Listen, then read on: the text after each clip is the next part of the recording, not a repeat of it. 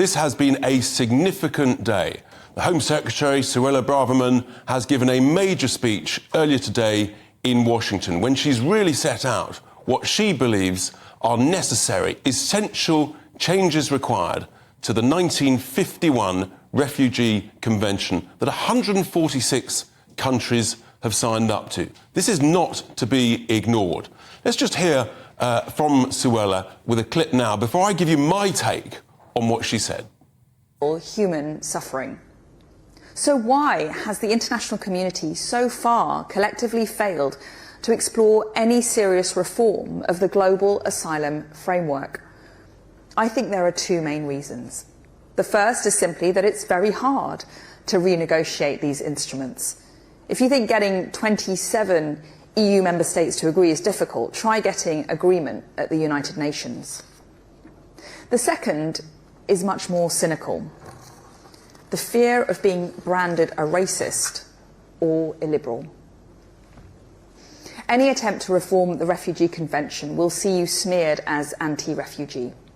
Similar epithets are hurled at anyone who suggests reform of the ECHR or its court in Strasbourg. I reject the notion that a country cannot be expected to respect human rights if it is not signed up to an international human rights organisation. As if the UK doesn't have a proud history of human rights dating back to Magna Carta, and the ECHR is all that is holding us back from becoming Russia. America, Canada, New Zealand and Japan seem to manage just fine. None of this is particularly novel, nor should it be particularly controversial. As Home Secretary, Theresa May called for Britain to leave the ECHR. And it was Conservative Party policy under Michael Howard to leave the Refugee Convention. Well, this was a remarkable speech. It really was. No one could have imagined anybody, any Home Secretary, could have made that speech, frankly, just a couple of years ago. Warm words indeed. But is it enough? I have to tell you, this is my take, Tice's take. It's not enough. It's nothing like enough. A lot more is needed urgently, rapidly. Why?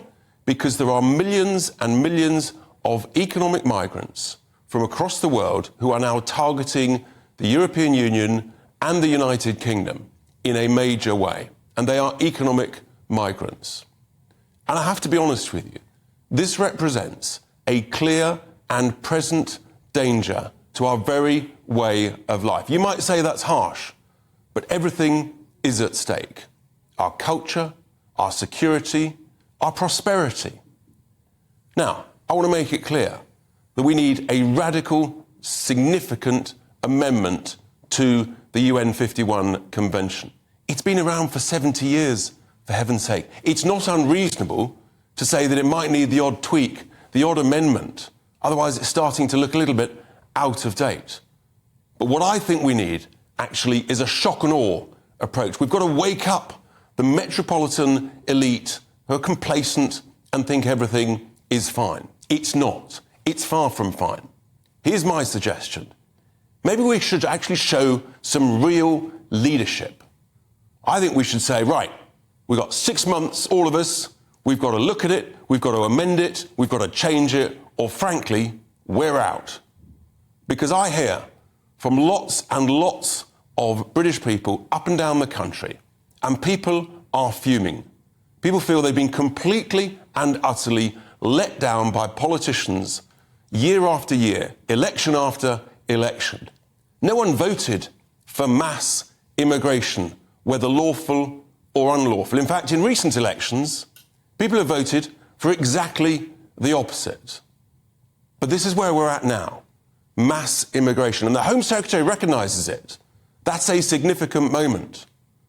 But what will others in her own party think of this? Let me tell you, if we fail to deal with this, if we fail to recognise that a 70-year-old convention is no longer suitable for the present day, for what's really going on, for the millions and millions of economic migrants who want to come to Europe, who want to come to the United Kingdom, then the impact will be profound. Frankly, it could be scary. Who knows what the consequences may be, where things may go. Now look, people will say, the critics, they'll say I'm being alarmist. No, I'm not. I'm just telling it as it is. I'm telling the truth. And I'm being a looking forward realist.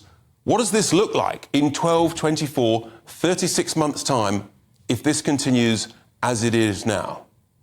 I think we should lead the way. I think we need to step up in a sort of Churchillian-style approach to leadership. And I remind everybody, Australia was right. They pushed back the boats, and we can pick up and take back the boat safely to France. And then EU leaders need to follow our strong leadership in the Mediterranean, pick up and take back. Then, and only then, when we've shown that leadership, we can work with the whole of the United Nations to do what's necessary to reduce the strife in the warring, struggling nations, which we know is so prevalent everywhere. But I'm telling you here and now, I'm not being alarmist, I'm being a realist. If this fails, everything's at risk. This is existential.